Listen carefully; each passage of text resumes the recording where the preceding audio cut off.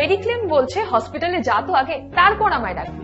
Health insurance বলছে তুই যেখানে থাক, যতদিন বাঁচবি, তোর লাইফ টাইম মেডিকেল ড্রামাতে আমি থাকবো তোর কোয়েক্টর। পুরো ব্যাপারটা বুঝতে হলে চ্যানেলটি সাবস্ক্রাইব করে এন্ড অব্দি থাকতেই হবে। মেডিক্লেম কেবলমাত্র হসপিটালে ভর্তি হলে চিকিৎসা খরচ কভার করে, যেমন রুম চার্জ, ওষুধ, অপারেশন ইত্যাদি, এবং কভারেজও সীমিত থাকে, সাধারণত 5 লাখ টাকার মধ্যে।